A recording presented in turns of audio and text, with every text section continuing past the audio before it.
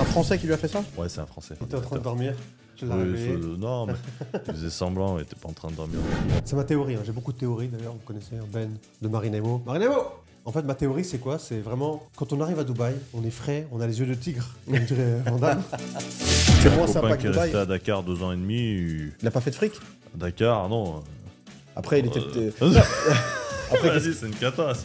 Ah ouais, Après- on a fait un épisode comme ça ou pas Non, non, non. Les étoiles filantes de Dubaï, on On voulait a les plein. faire, je crois. Le mec, il traverse et poup, 2 ans après, il n'y a plus personne.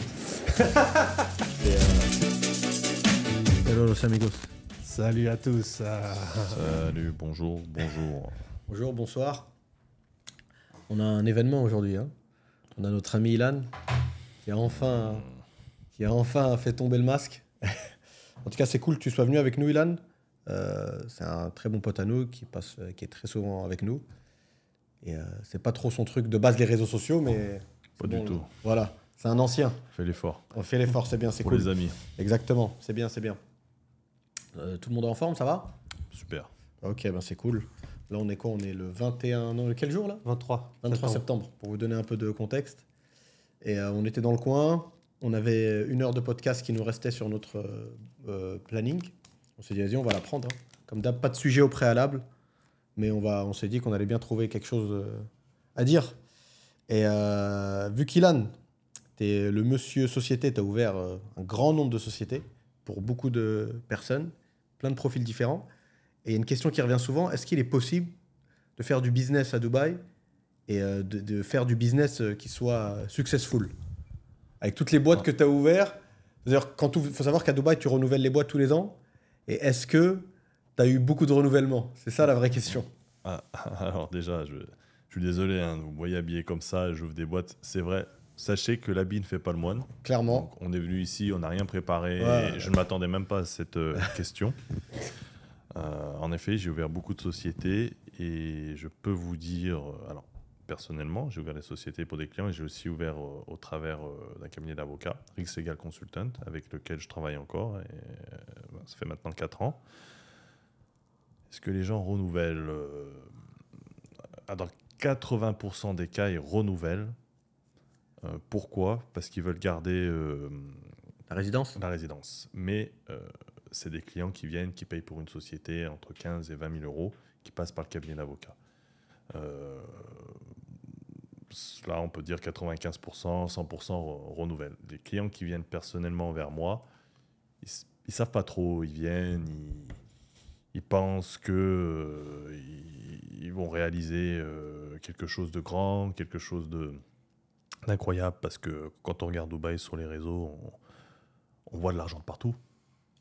On voit le luxe de partout et on voit les gens kiffer. Bon, il faut savoir, sur les réseaux, les gens montrent que le kiff. Hein. Ils ne vont pas montrer tout le reste et la galère.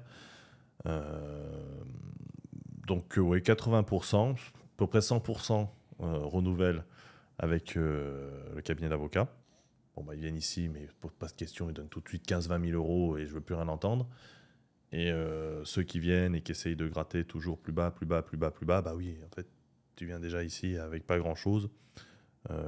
Tu casses ta tirelire la première année, tu vas chez le médecin, ça peut te coûter de l'argent. Enfin, tout change par rapport à la France ici et tu te retrouves l'année d'après à pas vouloir renouveler. Et revenir grâce au passeport français peut-être de temps en temps, parce qu'on a un visa touriste de 3 jours, de 3 mois. Ça, c'est génial. Donc ils se disent pourquoi garder la résidence, pourquoi garder cette société, j'ai pas fait 100 000 euros cette année avec. Oui, bon, bah, tu les as déjà pas fait en France, donc pourquoi tu penses que tu allais les faire ici? Excusez-moi, je suis cash, hein, parce que je parle de ces clients qui sont mal de tête avec nous, qui nous font galérer, et puis derrière, il n'y a plus rien. Il n'y a plus rien derrière. Donc, ouais, 80% renouvellent, mais c'est compliqué parce que je parle de ceux aussi qui ont ouvert la société au travers du cabinet d'avocats, que je suis encore au travers du cabinet d'avocats. Et je parle de ceux qui sont venus vers moi personnellement, via des amis ou autres, pour la plupart à qui j'ai rendu service et à qui j'ai fait des prix super. Non, ils sont venus, ils ont essayé, ils s'en vont. J'en ai un au travers d'un ami qui est venu. Il a fait confiance à un Français. Il a ouvert sa société pour pouvoir s'inscrire sur une plateforme de trading. Il a mis 300 000 euros sur la plateforme de trading. Il a donné ses accès au mec qui lui a vendu qu'il fallait qu'il prenne la société ici aux Émirats avec l'Emirates ID. Et ce mec-là, il a donné, avec ses accès, il a donné à la plateforme de trading son RIB avec un maquillé. Et il a sorti tout l'argent, les 300 000 euros, il a sorti sur son compte. Ah et ouais, lui, il me dit, bon, bah, j'ai plus besoin de la boîte, annule. Ouais, ok, j'annule. Ouais, donc voilà, il est arrivé, il est venu. c'est un Français qui lui a fait ça? Ouais, c'est un Français. Ah, comme quoi, il n'y a, a pas de pitié. Hein. Donc Ouais. le client est un Français et le mec qui a fait l'arnaque aussi est un Français. Ouais. Ah, comme quoi. Ouais, les gens, ils se sentent un peu en impunité à Dubaï. Ils se disent que ouais, bon, il va rien leur arriver pour les escroqueries. Donc, En fait, puis le mec, il a pas fait le dépôt de plainte à Dubaï, il fait le dépôt de plainte en France. Il raconte des conneries. Il me dit ouais, j'ai vu mon avocat. Il m'a expliqué. Donc l'avocat va lui prendre du fric, hein, c'est sûr. Et l'avocat lui a expliqué que il était possible d'aller. Le mec vit encore chez ses parents qu'il a escroqué, et qu'il était possible d'aller saisir la voiture des parents pour récupérer un peu d'argent, des conneries quoi. Ah, Mais le dépôt de plainte n'a pas été fait à Dubaï. S'il serait fait à Dubaï, c'est une autre affaire. J'ai le cas là pour mon ordinateur que j'ai perdu pendant 2 jours. Je vous demande des conseils. Vous me dites, Ilan, toutes les 12 heures, le taxi rentre au RTA. Et s'il y a des objets perdus, il le donne. Et après, on te contacte et on te le rend. Bon, il ne se passe rien pendant 48 heures. Je vois l'ordinateur localisé à Dera et qui ne bouge pas. Pendant 12-15 heures, je dis ça y est, le mec, il est en train de. Oui, c'est ce qu'il est en train de faire. Il était en train de me le voler. Et En j'ai fait, contacté t'as oublié Dubai ton téléphone Police. dans le taxi. T'as Mon ordinateur ton portable. ordinateur dans le taxi, voilà, pour le contexte. Et à partir du moment où j'ai dit à RTA, j'ai eu Dubai Police, l'ordinateur est géolocalisé. Dans les 5 minutes qu'on suivi, ils m'ont appelé, ils m'ont donné le nom, prénom du chauffeur, son numéro de téléphone. Ils m'ont dit appelez-le. Je l'ai appelé, le mec il m'a ramené Il était en train de dormir. Tu l'as Oui, réveillé. non, mais il faisait semblant, il n'était pas en train de dormir du tout. En fait, j'ai parlé avec un autre copain qui m'a dit non, en fait, il avait déjà vendu ton ordi. Et il est allé au shop où il avait vendu ton ordi. Et il a racheté ton ordi et te l'a ramené. Non. C'est ce qu'il m'a ça me expliqué. paraît gros. Hein. Je pense pas. Ça me paraît gros, moi aussi. Mais bon, C'est impossible. Vous pensez qu'il le gardait chez lui et qu'il essayait Ouais, il l'a de- gardé chez lui. De toute façon, à mon avis, il avait la flemme d'aller au dépôt. Ce qu'il faut savoir, les gens qui nous regardent, pour ceux qui ne sont pas venus à Dubaï, quand tu rentres chez un taxi jaune à Dubaï, déjà, tous les taxis jaunes, c'est RTA, c'est Road and Transport Authority, c'est le CHIR en fait. Toutes ces entreprises, elles appartiennent au CHIR. Et qu'est-ce qui s'est passé justement pour éviter les problèmes comme ça? C'est que tu as une caméra devant, une caméra derrière, avec des micros. Donc tout ce que tu dis au taxi, tout ce que tu fais dans la voiture, etc., si tu fais des trucs pas très catholiques, etc., bah, tu es filmé et ils peuvent se... Voilà. Et ça va aussi pour ton PC, vu que ton PC tu l'as oublié, et ils savent très bien qui, quand, à quelle heure. Donc ton PC, tu l'as oublié dans le taxi, tu as appelé RTA, tu leur as dit que j'ai oublié mon PC, de telle heure j'ai pris le taxi, de tel endroit à tel endroit, et ils t'ont identifié la personne. Donc tout est filmé, tout est recordé. Et il y a pas de, je pense pas qu'il a vendu le PC. Il Non, prendra c'est jamais le n'importe risque. quoi. Il prendra c'est trop un risque à prendre pour lui. Il perdrait tout. Ouais. Moi, pour revenir dans les sociétés, je voulais te demander, ce serait quoi c'est quoi le bénéfice pour les Français d'ouvrir une boîte à Dubaï? Pour les Français, il a une activité, c'est un entrepreneur, c'est... C'est quoi les Et- bénéfices? C'est en gros, tu peux avoir le visa à Dubaï, déjà premièrement. Ah oui, quand tu peux vois, avoir tu un peux. compte en banque. Oui, alors, quand tu viens quand tu viens à Dubaï pour avoir l'Emirates ID, pour avoir la résidence, faut te faire sponsoriser. Donc le plus simple, c'est d'ouvrir ta boîte et te sponsoriser avec ta propre boîte pour obtenir ton visa. Donc en général, les gens couvrent leur boîte, hein, pour la plupart, c'est juste pour avoir la résidence et rester. Une fois qu'ils ont la résidence, qu'ils ont l'Emirates ID, ils ouvrent facilement le compte bancaire. Ils peuvent effectuer toutes les démarches aux Émirats parce qu'ils sont résidents, comme un résident. Ensuite, niveau business, je ne sais jamais trop ce qu'ils font derrière. Ceux qui viennent personnellement, par exemple, quand je vous explique que le gars il a ouvert sa société pour faire du trading, et qu'est-ce qui se passe? Non, on cherchait un chargeur. Vas-y, je t'en prie. Quelqu'un qui filme, donc, c'est bon, tu peux y aller. Donc, Ah, ok. on est des filmos. Ouais. Voilà, le mec, il a ouvert sa boîte, il a perdu 300 000 euros, il m'appelle, il veut la fermer maintenant. Bon. Les avantages... peut-être que ce genre de truc, il faut le préparer, parce que si on essaye d'expliquer... ils Non, vont se mais dire, vas-y. putain, on entend tout et n'importe quoi. Non, mais non, c'est rien, t'inquiète, tu peux y aller. Non, on est en live, nous on prépare rien. On est connu pour ça. Ouais. En gros, c'est en fonction du profil de chacun, c'est ça que tu veux dire. Ouais, Il y a des mecs qui veulent avoir une vraie businessman, activité. Il vient ici, c'est ce qu'il veut, et hop, tu lui ouvres sa société, tu lui donnes son compte bancaire, tu le conseilles sur la façon dont il va devoir tourner les choses, parce que maintenant il y a des taxes ici, et forcément, le mec, s'il vient ici, c'est pour pas payer de taxes, donc il a besoin de conseils pour pas se retrouver piégé avec une déclaration mal faite où il va payer 9%, alors qu'il aurait pu éviter. Voilà, et puis tu as le mec qui vient ici juste pour la résidence et qui ouvre sa société et qui veut rien savoir, il veut juste sa résidence, il ouvre la société, et voilà. Le cas de figure. Vas-y, je t'en prie, Ben. Et juste pour faciliter le truc, c'est en gros, les gens, soit ils ont une boîte en France, ou soit ils veulent tenter leur chance à Dubaï, ou soit ils veulent juste habiter à Dubaï. Donc pour habiter à Dubaï, tu ne peux pas vivre plus de 3 mois à Dubaï. Il faut que tu aies un sponsor, comme dirait Ilan. Et pour avoir un sponsor, c'est soit tu montes une société à Dubaï, donc tu es sponsorisé, ou soit tu as un sponsor, c'est une société donc, qui t'embauche. C'est les seuls 2 cas pour vivre à Dubaï. Tu ne pourras pas vivre à Dubaï, du moins plus de 3 mois légalement, sans avoir ces 2 choses. Donc voilà, ça c'est important de le notifier. Moi je voulais te demander aussi, tu vois, il y a plein de clients sur notre chaîne YouTube, et quand on fait des lives, plein de personnes qui nous demandent ok, moi je veux monter une société à Dubaï, et ceci, cela, etc. Donc nous on leur dit qu'on bosse avec quelqu'un qui ouvre des sociétés à Dubaï, qui s'appelle Ilan. Donc Ilan, il a monté pas mal de boîtes depuis longtemps maintenant. Et après, ils prennent contact avec toi, et concrètement, qu'est-ce qui se passe? Il y en a beaucoup qui ne bookent pas, enfin qui ne vont pas jusqu'au bout. Ils disparaissent. Et en fait, tu penses qu'ils veulent le faire tout seuls? Je sais pas, parce que je réfléchis pas à après. Le seul truc que je sais, c'est que je vais donner un exemple. Ils prennent des infos, ils se barrent avec. Alors après, je sais pas s'ils comparent avec d'autres personnes, mais je vais donner un exemple concret. J'ai quelqu'un avec qui j'ai commencé un dossier. J'ai contacté le ministère de la Culture parce qu'il voulait Faire de l'édition. Ouais, voilà. Donc je contacte le ministère de la Culture, je prends tous les documents. J'avais eu un bon feeling avec le mec, je l'ai eu au téléphone. Donc je contacte le ministère de la Culture, je prends tous les documents, les formulaires qu'il faut remplir pour qu'il obtienne l'accord du ministère de la Culture et lance sa compagnie de maison d'édition. Bon, j'avance avec le client et d'un coup il disparaît. Et je parle à lui, je dis putain, ce mec il a disparu et tout, machin. Il dit mais Ilan, en fait, le gars, il a toutes les infos. Maintenant, il va essayer de le faire tout seul.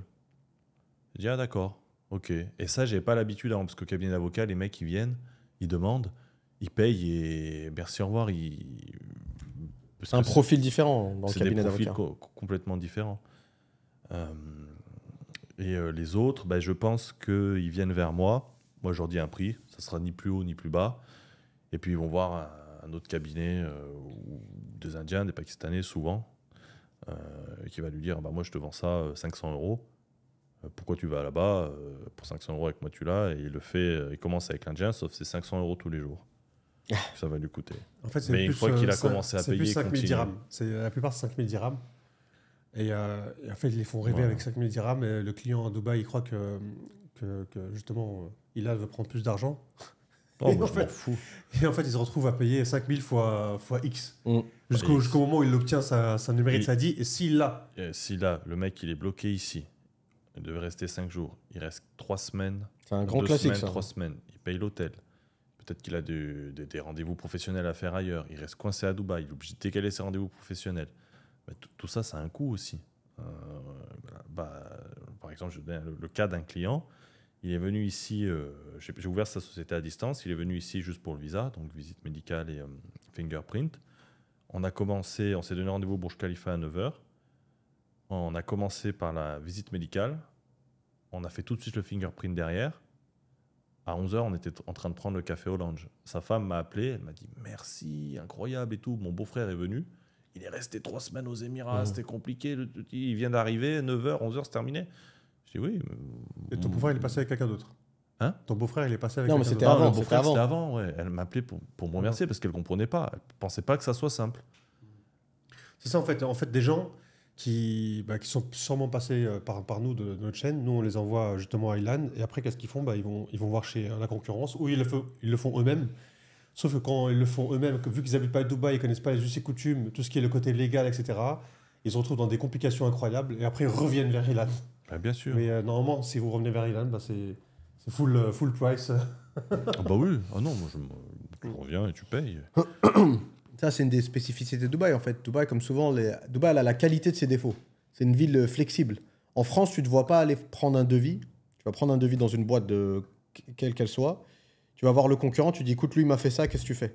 Moi, je sais qu'en France, en tout cas pour des travaux, le mec, il dit, oh, bah, j'en ai rien à foutre qui t'ait fait ce prix-là. Moi, mon prix, c'est ça. Je connais la qualité de mon travail. C'est tant. Alors que Dubaï, juste avant qu'on arrive, on est parti acheter un PC.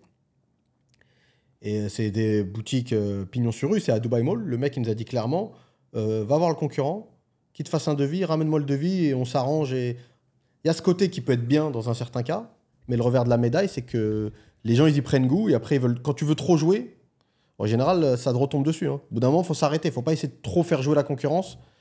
À faire des fausses économies, tu peux vite te retrouver dans la merde. Et puis moi, j'ai pas l'habitude de ça. Si tu veux, les clients arrivent au cabinet d'avocat, ils savent pourquoi. Ils arrivent et ils payent la Ouais, prestation. c'est un profil différent parce qu'en fait, ces gens-là, ils achètent du temps en fait. Ils négocient pas le prix. Il va se dire qu'il va aller, ok, il prend le devis de chez Ilan. Après, il va aller voir une autre boîte. Il n'a pas le temps. Ah non, il a pris l'avion, il est arrivé ici, il fait le rendez-vous avec nous 1 heure maximum au cabinet d'avocat. Il se barre, il signe la lettre de mission, il se barre et puis voilà.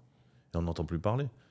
Ce que je voulais dire aussi sur le PC, c'est que, comme tu sais, c'est qu'en fait, on a trouvé le PC, il était à genre 900 dirhams de moins cher. Mais après, il est sur Amazon, en ligne. Mais le problème, c'est que quand vous achetez sur Amazon, ben, apparemment, tous les PC à Dubaï achetés sur Amazon, eh ben, c'est une compagnie qui fait du refurbishing. Ouais. Et ils vous ramènent le PC. En fait, quelqu'un d'autre l'a utilisé, il n'a pas marché, il n'a pas fonctionné pour diverses raisons. Et ils le rempactent comme s'il était tout neuf, et après, ils le mettent sur Amazon. Et c'est pour ça qu'il était 900 dirhams de moins cher, le PC. Mais voilà. Alors que quand vous allez chez un magasin qui a pignon sur rue, comme celui de Jumbo de Dubai Mall, ben, eux, dès que vous avez un problème, vous ramenez le PC, ben, ils vous le rechangent ou ils vous trouvent la solution. Et c'est pareil pour tout, en fait. Si vous passez par Marina Imo pour acheter un appartement à Dubaï, eh ben, vous allez avoir un gage de qualité. Donc, il y aura un suivi, il y aura une aide, il y aura un package qui va avec. Et si vous achetez un appartement à Dubaï avec Tartampion, eh ben, il y aura un autre package avec. Donc, c'est à vous de décider quel package vous voulez. Et c'est pareil pour Ilan. Donc, quand vous nous contactez pour monter une boîte à Dubaï, avoir un visa, etc., on l'envoie à Ilan. Mais s'il vous plaît, soyez sûr à 100% que vous voulez passer par nous et pas aller voir la concurrence. Et ce qu'il faut savoir, c'est que la concurrence, en fait, ben, ils font leur package à eux. Et c'est X et Y. Le nôtre, voilà, il est clean. Voilà, on a une chaîne YouTube, on n'a pas envie de se griller, donc on est mouillé. Vous comprenez un peu le raisonnement. Donc voilà. Moi et Abdel, en fait, on y pensait, on en a parlé l'autre fois. On a dit, mais si on veut aller à Bangkok, par exemple, ou à Bali, on doit monter une boîte, on veut faire un business, on veut tenter un business à Bali ou à Bangkok, est-ce qu'on va se prendre la tête à monter la boîte tout seul? On n'a pas le temps. On n'a pas que ça à faire. Tu vois, qu'est-ce que je vais aller monter, parler avec voilà, monter le compte en banque, monter ceci? Non, j'ai pas envie de prendre la tête. Je paye une compagnie, ok, ça va être largement plus cher, mais il faut quelque chose, il y a un service. Donc tu donnes l'argent à la compagnie, donc vraiment une compagnie carrée, quoi. Comme si, admettons, il y en a pas, je pense pas qu'il y a, mais un YouTuber français qui fait ça à Bali, tu vois. Et Bangkok, mais pas Bali, ouais. Tu vas le voir, tu lui donnes l'argent et il fait ta boîte, aucun problème. Pourquoi? Parce qu'il a une chaîne YouTube et il y a du trust. Alors que les Français, ils arrivent, ils veulent monter tout seuls, ils veulent essayer de grappiller un peu, d'économiser, c'est spécial. Moi, je passerai directement avec la personne à Bangkok, avec la personne à Bali, et comme ça, j'évite tous les problèmes. Ouais, c'est une mentalité. Hein. Je ne sais pas si c'est un truc anglo-saxon peut-être, mais après, c'est comment tu... L'argent, c'est important, mais ce qui est encore plus important que l'argent, c'est le temps. Après, il y en a, ils mettent pas tant de valeur que ça dans leur temps. C'est pas méchant, il y a peut-être des gens, ils estiment pas que leur temps vaut tel montant. Donc le mec, il se dit, écoute, moi, j'ai rien à foutre de galérer dans les bouchons, de prendre le métro, d'aller dans des endroits, je sais pas où, moi, fin fond de Dera, et que tu demandes un renseignement. Il y a un truc très connu à Dubaï, on en a parlé plein de fois, personne ne te dit non. C'est-à-dire, tu demandes au mec, ça nous est tous arrivé, tu demandes au mec, il te fait une réponse, mais vague, tu sais pas si c'est oui, tu sais pas si c'est non, tu sais pas si tu es dans la bonne file. t'arrives au comptoir 2, il te dit non, c'est pas là, c'est comptoir 3. T'arrives au 3, il te dit qu'est-ce que tu fais là? Va voir le mec, tu vois. C'est où la sortie, il dit Voilà. là, et t'arrives à l'entrée. Donc tu peux y arriver, hein. Tu peux y arriver, mais ça va te prendre un temps fou, ça va te bouffer de l'énergie, etc. Mais il y en a que ça dérange pas plus que ça. Après, tu vois, tu peux pas non plus forcer tout le monde à avoir cette mentalité-là. Mais comme a dit Ben, nous, clairement, si on doit parler de nous, ouais, c'est quelque chose... Moi, on n'hésite pas du tout. Franchement, on n'hésite pas du tout. Faut pas passer avec n'importe qui, hein. C'est clair et net.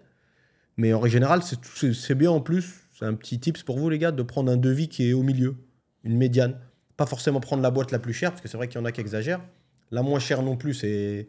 En général, il y a des chances qu'ils te laissent en bord de route. Mais personne ne travaille pour rien à la fin. Donc, On est d'accord. si On est c'est d'accord. la moins- Non, mais tu as Pourquoi des c'est la boîtes, moins chère, ouais. Virtual Zone, ils peuvent te charger 20 000 euros pour une boîte. Alors moi, Ouais. justement là, tu viens de parler de Virtuzone. En fait, Virtuzone, on avait été les voir pour monter l'agence immobilière à Dubaï. Ils nous Ouais, avaient demandé longtemps, combien? putain. 140 000 dirhams. Je répète, 140 000 dirhams. Juste pour monter la boîte immobilier à Dubaï. Et en fait, pourquoi? Parce qu'en fait, à l'époque, il y avait besoin d'un sponsor. Ce qu'il faut savoir, c'est que quand on monte une boîte à Dubaï, à l'époque, il fallait un sponsor, un local. Un local qui vient, qui signe et qui tamponne tous les documents, etc. Et lui, il est censé avoir des parts dans la boîte, mais en fait, il ne prend pas ses parts. Il y a un document qui lui fait signer un autre document. On a un appendix qui dit qu'il ne touche ni aux bénéfices ni aux dettes de la société. Mais c'était une obligation d'avoir ça. Et récemment, depuis 2 ans, il n'y a plus l'obligation d'avoir un local. Et là, ça a facilité beaucoup de choses dans le business. Ça a boosté justement les créations de sociétés à Dubaï.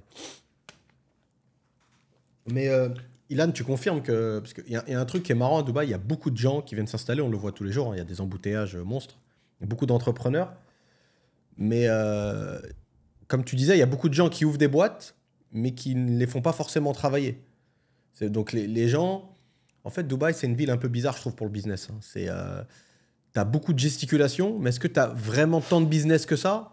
Pas tant que ça, parce que beaucoup de gens ont fait de l'argent. En fait, il y a beaucoup de gens qui habitent à Dubaï, qui dépensent leur... C'est là où, par exemple, encore une fois, le Cheikh est très très fort. Parce qu'il a monté un business model redoutable. Les gens dépensent leur argent à Dubaï. Qu'ils l'aient fait sur place ou non. Tu vois? Ils ramènent l'argent de l'étranger pour le dépenser ici. Voilà, tu vois, c'est pour ça que les gens qui cherchent à faire du business et cherchent à faire du networking, parfois ils sont super frustrés parce que tu vois des Ferrari de partout, des Rolls-Royce. Mais dès que tu commences vraiment à te retrousser les manches et essayer de faire de l'argent, bah, tu te rends compte que les gens, ils n'ont pas forcément... Il y en a même, ils n'ont même pas envie de faire de l'argent ici. Tu vois, ils sont venus pour mettre leur famille, eux, se mettre au calme ou venir faire la fête. Tout ce qui est business, c'est dans d'autres coins du monde. Donc tu lui parles de business, il n'a même pas envie de t'écouter ici, quoi. Il préfère que tu lui parles d'amusement, de trucs. Oui, parce qu'ils sont pas fous. Ici, pour ceux qui nous écoutent et qui sont nouveaux à Dubaï, je vais donner un tips. Hein. À mon avis, vous allez vous souvenir de cette phrase. Celui qui dit qu'il est millionnaire et que tu le vois après, il attend le bus pour rentrer chez lui. Tu vois, celui qui dit qu'il est millionnaire et tu le vois après, il attend le bus pour rentrer chez lui. Mettez-vous ça dans la tête. Celui qui parle et qui vous vend du rêve ici à Dubaï, c'est pour une raison. Ouais, c'est que c'est toi le produit, quoi. Alors que le vrai businessman, le mec qui a du fric, il veut pas.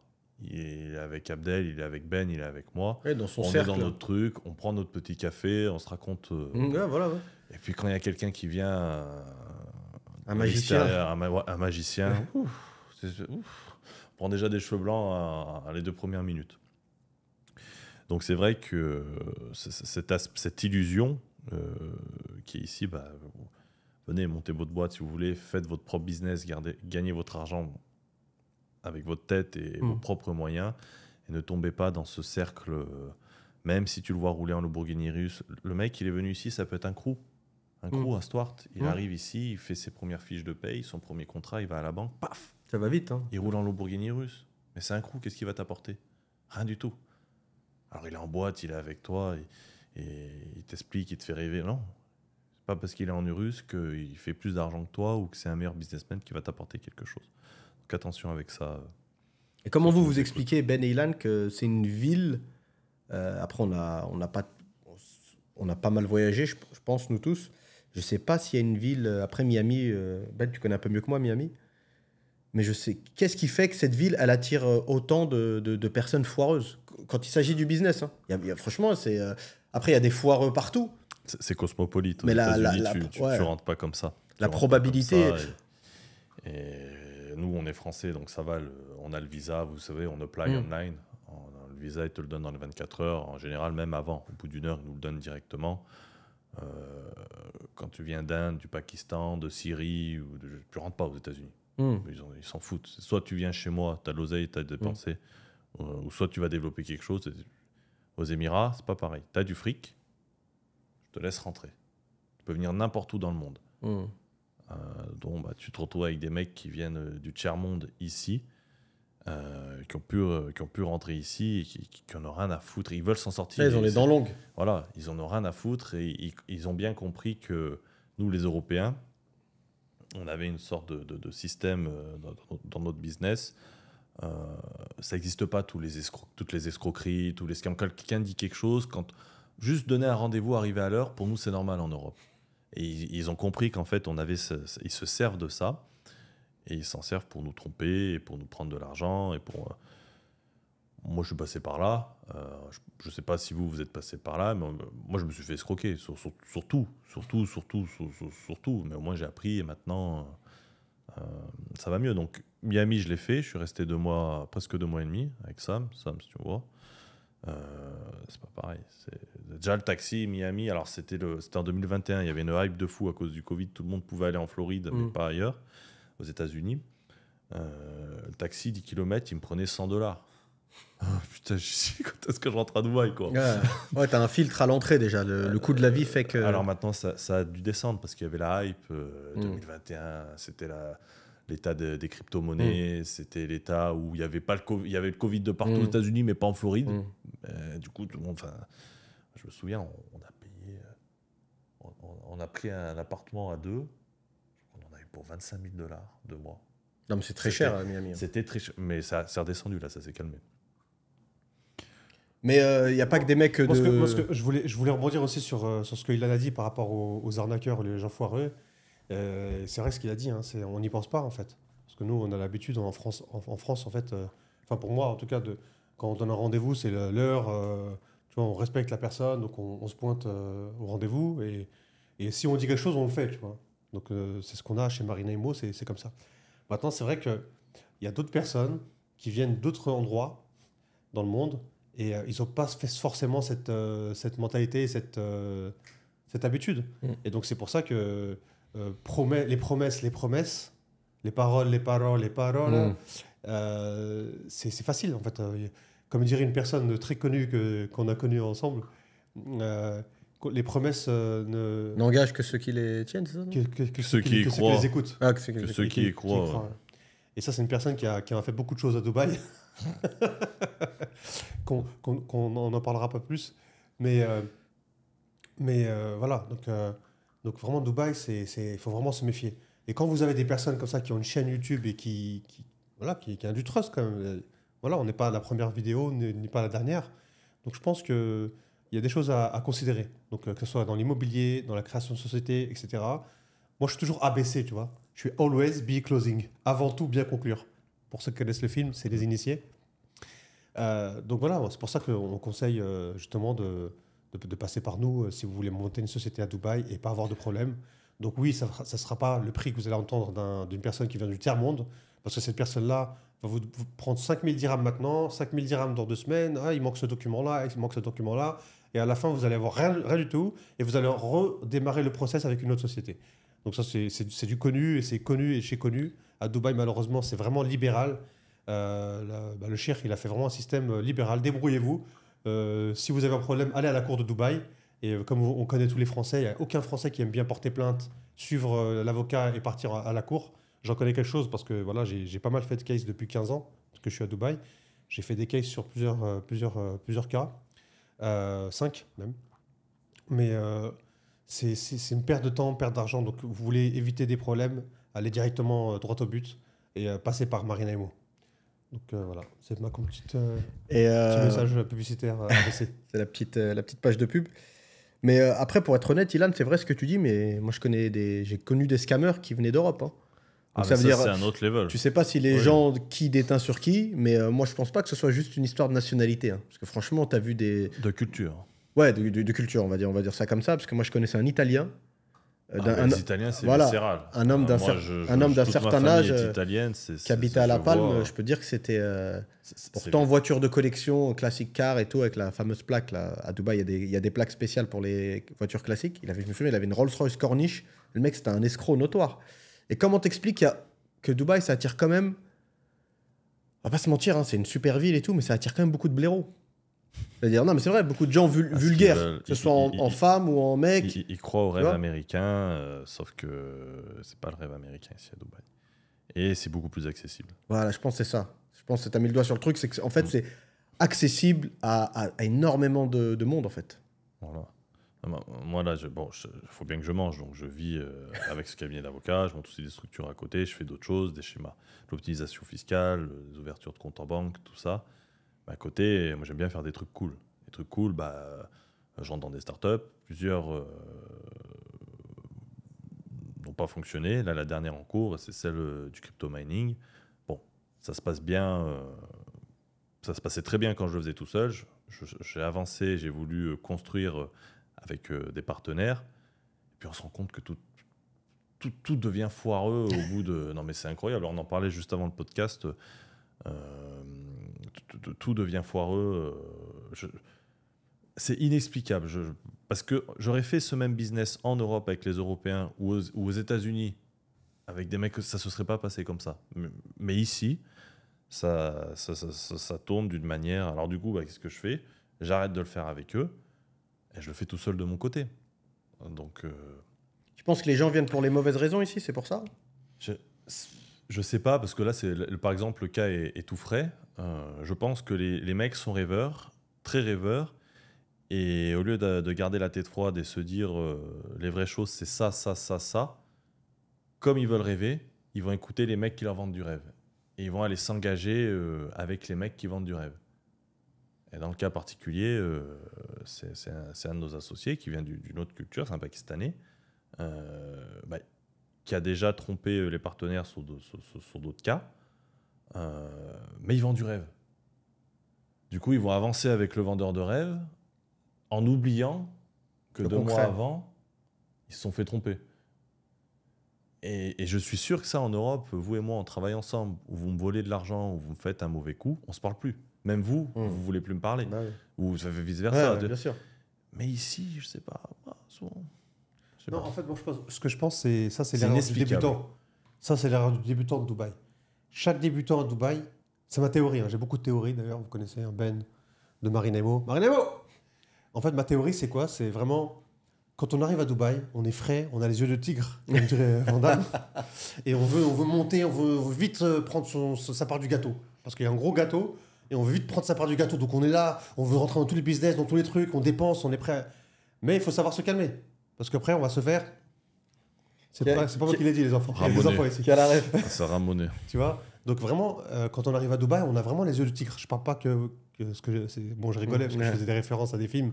Je suis un peu next level, mais vraiment, en fait, chaque personne qui vit, il a vécu 3 ans à Dubaï, il s'est fait arnaquer 2 fois minimum. C'est ma théorie. Après, s'il s'est pas fait arnaquer, c'est vraiment qu'il est là, il fait attention à tout et ça, c'est fatigant. Ouais. Mais je pense que chaque personne qui est à Dubaï, il s'est fait arnaquer. Il y a une arnaque quand Abdel il a parlé des Italiens. Alors écoute, hein, moi je vais la dire, l'arnaque que je me suis fait manger, hein, c'était en 2016. Et c'est une honte parce que sachant que je suis arrivé en 2009, donc normalement, je ne me fais pas arnaquer. Mais voilà, comme des fois je me dis, c'est bon, vas-y, c'est bon, ça sert à rien de se méfier de tout. Tu baisses la garde. Les Italiens, en fait, j'étais à JLT, j'attendais un pote à moi, je crois que je t'attendais toi.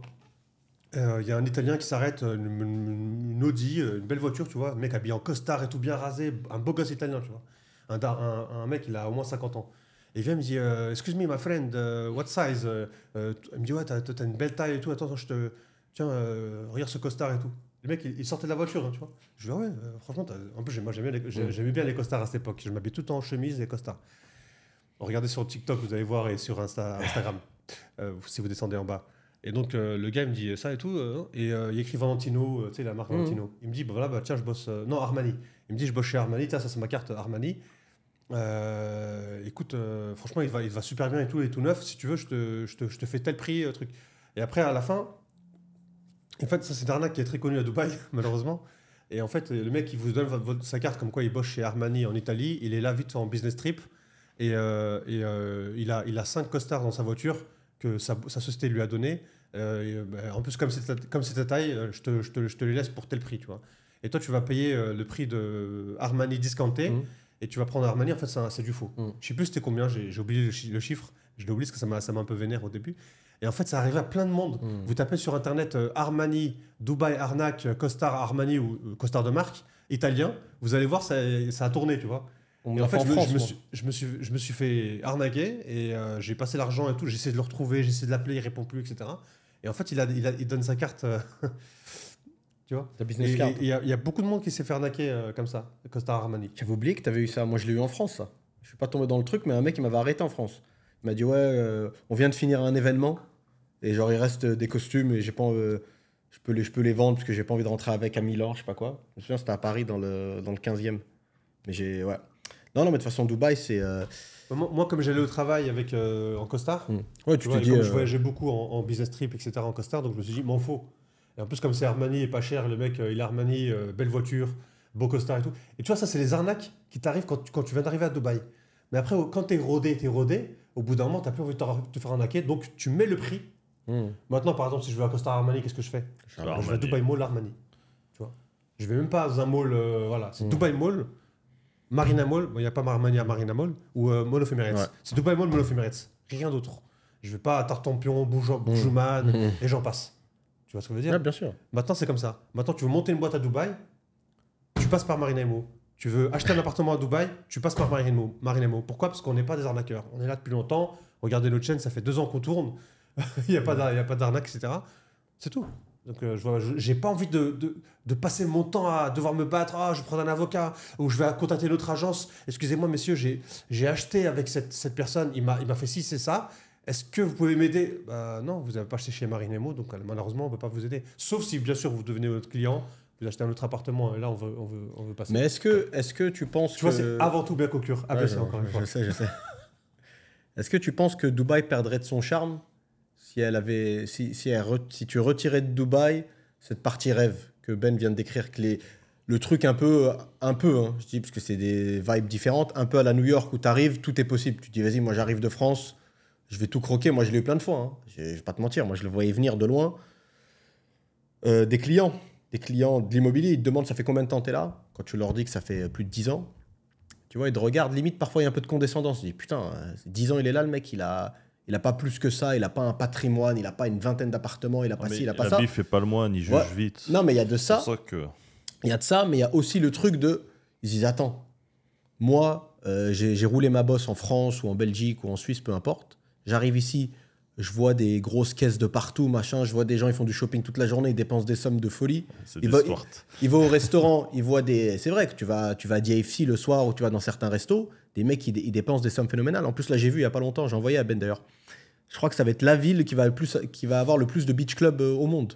C'est un détail pourri, hein, mais toutes les franchises de beach club de Monaco, de Saint-Tropez, de Toulouse, etc., ils sont tous en train d'ouvrir à Dubaï. Comme d'hab, ça va se cannibaliser. Et au bout d'un an, il y en a un qui va fermer parce qu'il marche moins. Bon, bref. Et en fait, ils voient tout ça. Ils disent, bah attends, c'est le mec, le Abdel, là, qui me vend une maison, c'est un couillon. Le mec, ça fait 10 ans, il est là. Il n'est pas multimillionnaire en dollars avec tous les imbéciles qu'il y a à dépenser leur argent n'importe comment. Parce qu'il ne sait pas comment s'y prendre. Moi, je vais y arriver. Et après, il te demande conseil. Il dit, oh, regarde, j'ai rencontré ce mec-là, il fait des crédits, il peut me prêter jusqu'à 50 millions de dollars, machin. Toi, tu es là. Tu veux pas passer pour le mec qui gâche la fête. Donc, tu donnes ton avis, ton réel avis sincère. Tu dis, écoute, moi, je serais toi, je ferais gaffe, mais tu veux pas non plus lui dire, non, c'est de la merde, c'est une arnaque, pour pas que le mec il se fasse une parano sur toi. Il dit, putain, le mec, c'est un jaloux, il veut pas que moi, je grimpe. On sait jamais comment les gens y réfléchissent. Mais au final... Il t'en veut parce que tu lui dis, attends, fais gaffe. Quand même. Il peut t'en vouloir pour ça, mais il y a beaucoup de gens, je t'ai dit, ils regardent d'un air un peu condescendant. Ils disent, putain, il est un peu couillon, lui, 10 ans à Dubaï, il a pas encore 5 Rolls-Royce. Et au final, quand ils rentrent dans le truc, ils se rendent compte que c'est beaucoup plus complexe que ça. C'est pas si facile, c'est même très, très dur. Ça, c'est la nature humaine. Vous savez, hein, je viens d'un petit village, je viens de la forêt, entre guillemets. C'est très courant. Le mec qui gagne 4 000 € par mois, par exemple, il a une forme de condescendance. Je travaille dans les assurances. Et il te regarde, ou qui vient de la ville, qui vient de Paris. J'ai vécu des cas comme ça. Bon, bah. Et puis pour se mettre en valeur aussi, ils ont besoin de sentir que quelqu'un est en dessous d'eux. le sentir et des fois aussi de le montrer. Quand il y a du monde, c'est important pour eux de parler d'eux et puis d'un moment donné de directement ou indirectement rabaisser la personne à côté. C'est d'eux. C'est comme ça, ils se sentent grandis. Donc ce genre de personnes, c'est très bien qu'ils viennent ici et qu'ils se fassent bouffer. Parce que c'est le karma, c'est une leçon. C'est la leçon. T'es qui tu es, tu penses que t'es là, mais en fait t'es là. Surtout quand t'arrives ici, comme tu dis, tu vois les grosses voitures de partout. Putain, j'avais ma Mégane, yes, en France, des Lamborghini partout, des Ferrari, des trucs, il se dit... Et après, quand il vient voir des gens normaux, en fait, classe moyenne supérieure ici, je crois que c'est peut-être 4-5% de la population, il ne se rend pas compte qu'en fait, il est en face de lui un des gars qui fait partie des 4-5% de la population à Dubaï. Et que lui, en fait, il est encore bien en dessous et il y a beaucoup de choses à traverser pour arriver à notre niveau. Mais s'il n'y avait pas cet aspect qui vend du rêve, comme tu dis, parce que je dis tout ça parce que je veux répondre à la question bien que tu sûr, m'as bien posée, on ne pourrait pas faire venir toutes ces personnes. C'est ça et le truc. s'ils cassent ce truc, Dubaï, toutes ces personnes qui sont comme elles sont, ne viendraient pas. La ville perdrait ses clients. Mais en tout cas, alors, c'est bien rodé, parce que ça marche. Et ça marche sur tout profil, toute nationalité, tout âge. Moi, c'est choquant quand tu vois que des mecs comme disait Ben, de 50 ans, ils rêvent encore de... Un état d'esprit, c'est pas... Voilà, tu peux venir de l'Afrique du Sud ou de la Sibérie, deux pôles opposés, l'état d'esprit, je peux pas le changer. S'il est comme ça, il est comme ça. Tu sais, justement, il y a le seul pays qui avait fait ça, qui avait réuni... Le seul pays qui avait réuni autant de monde différent dans un seul pays, c'est Londres, à l'époque. L'Angleterre, quoi. Ils avaient ramené vraiment... à Londres, à l'époque, il y avait vraiment... Moi, je te parle en 2008, il y avait vraiment tout le monde entier. Et maintenant, je ne sais pas ce qui se passe à Londres, mais ça n'a pas l'air fameux, de ce que j'entends. Par contre, maintenant, c'est Dubaï. C'est le règne de Dubaï. Donc Londres, c'est foutu. Maintenant, c'est le règne de Dubaï. Après, sûrement, ça va être foutu de quelques années, on ne sait pas combien de temps, mais pour l'instant, c'est le règne de Dubaï. Et voilà, c'est the place to be. Là, on a fait des shorts sur Instagram. On disait qu'il y avait 67 000 millionnaires. Mais ça, c'était déjà il y a un an. Ouais. Maintenant, il y a 72 000 millionnaires. Quand tu tapes sur Google, tu tombes 72 000, si ce n'est pas 75. Et plus on avance, c'est plus tous les millionnaires du monde viennent. C'est beaucoup quand même. Il y a combien ? Il y a entre 67 et trucs, il y a 5 000 millionnaires qui sont venus en un an. Ouais. En plus que de ce qu'il y avait. Franchement, et ça continue, ça continue. Et qui dit nouveau millionnaire dit que le gars, il arrive, il a les idées en grand. Et donc, les personnes qui viennent de pays pas très comment dire... catholique, on veut dire, c'est l'expression. C'est pas ça. Pas très... ouais, les mecs qui ont les dents longues, quoi. Qui veulent, ils n'ont pas de principe. Sans principe, et ben, ils viennent et ils arrivent à les... Ils les pressent comme des citrons. Ils les pressent comme des citrons, voilà. Et pourquoi ? Parce que la personne, il vient, il est multimillionnaire, il croit que c'est comme chez lui là-bas. Sauf qu'ici, c'est Dubaï, c'est des nouvelles lois, des nouvelles règles, des nouvelles... customer behavior sont différents. Et c'est fascinant parce qu'en fait, tu mets des gens qui n'ont rien à voir dans un même endroit. Ouais, et ils se côtoient. Et qui n'ont rien à voir non seulement dans le pays d'origine, dans les façons de penser, et aussi dans le portefeuille. Donc en fait, en Dubaï, tu as le mec qui est payé le moins cher, c'est le mec qui lave les toilettes, sûrement c'est 700 dirhams, 150 €, 200 € le mec il gagne. Et tu mets le plus gros blindé là, le mec il a quoi, 6 milliards 7 milliards. Ouais, déclaré encore. Bon, là c'est un peu trop, on va dire. Mais tu ne tombes pas sur un mec comme ça. Mais tu tombes sur des mecs qui ont 10 millions, 100 millions, 200 millions d'euros ou de dollars. Et ça ne se voit pas parce que c'est un local ou c'est un mec du Brésil. Le mec au Brésil, il a 200 000 arbres fruitiers tu vois, qu'il exploite, etc. Tu as le gars au Maroc qui a des terrains à perte de vue à Marrakech que maintenant, ils valent fois 1000. Tu as les Algériens qui ont du pétrole à pas savoir quoi foutre. Et tu as vraiment des blindés. Ça se voit pas, le mec, il n'y a pas écrit Gétant. Tu vois, c'est vrai. Et c'est fascinant, mais en même temps, ça fait peur. Dans le sens où, qui dit tu réunis d'autres personnes, il y a des personnes qui sont moins avertis. Et justement, après, ils peuvent perdre des plumes. Et il y en a beaucoup qui perdent des plumes à Dubaï. Beaucoup perdent des plumes. Il y a beaucoup de personnes qui arrivent à Dubaï avec des idées de folie, des grandeurs, comme tous les influenceurs. Hein. Vous tapez le nom de n'importe quel influenceur qui est parti vivre dans un truc. C'est pas parce qu'il aime pas la température, il aime pas La pollution, Ouais, c'est que souvent. etc. C'est juste parce qu'il s'est fait rect à Dubaï. C'est Ouais. tout. Rect. Passe à zéro. Liquidation. Passe au prochain. Ouais, c'est un peu un. J'en ai vu. Hein. Non, mais c'est une machine à broyer un peu J'en ai Dubaï. vu, Hein. hein. Pourtant, ça fait que 4 ans. Hein. J'imagine pas vous en 15 ans. Mais quand même. Mais tu sais que on dit ça. Pourquoi on dit tout ça? Parce qu'on l'a vécu. Moi, ça fait 15 ans que je suis là. Je l'ai vécu. Je sais, moi-même, quand je suis arrivé à Dubaï, je pensais que j'allais m'enrichir en 3 ans. 2 ans, multimillionnaire. Malheureusement, c'était pas aussi facile. C'était pas aussi facile. J'ai vraiment arnaque, etc. Ça m'a fait repartir à la case départ plusieurs fois. Donc j'ai dû rebosser, réinvestir, faire attention aux gens que je fréquente, faire attention Aux associés. même aux avocats. Je me suis fait arnaquer par un gros avocat, un local. Ouais. Après, je ne vais pas rentrer là-dessus parce que c'est un peu technique, technico-commercial. Mais ouais. Mais c'est Donc, fort c'est ce qu'ils pour ont ça, réussi à oui. faire. Franchement, tu peux le regarder de deux biais. Le biais, comme Ben vient de décrire, c'est-à-dire c'est des tips pour vous, c'est que pour les personnes qui souhaitent arriver prochainement, faire attention. Comme a dit Ilan en début de podcast, l'habit fait pas le moine, encore plus à Dubaï. Parfois, c'est même l'inverse. Quand le mec, il en fait trop, il arrive, il est overdressed, il arrive Rolls-Royce, chauffeur, machin, truc, il pose 4 clés sur la table juste pour prendre un café, t'es même pas au début d'une discussion de business, et le mec, il en fait Alerte des tonnes. rouge. Alerte rouge, red flag, tu vois.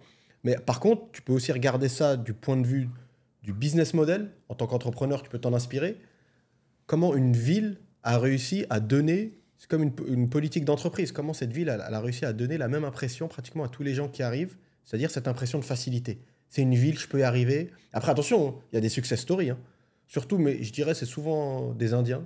Parce que c'est probabilité, vu qu'ils sont en plus grand nombre. Mais il y a des vraies stories des Indiens, ils sont arrivés, ils n'avaient pas une thune. Maintenant, ils sont tout en haut, les mecs, tu vois. Mais il y a beaucoup d'appelés, très peu D'élus. Voilà, très peu d'élus. Mais en tout cas, quand même, c'est très impressionnant et ça vaut le coup d'analyser pour des entrepreneurs ou des gens qui s'intéressent comment ils en sont arrivés à ce point-là.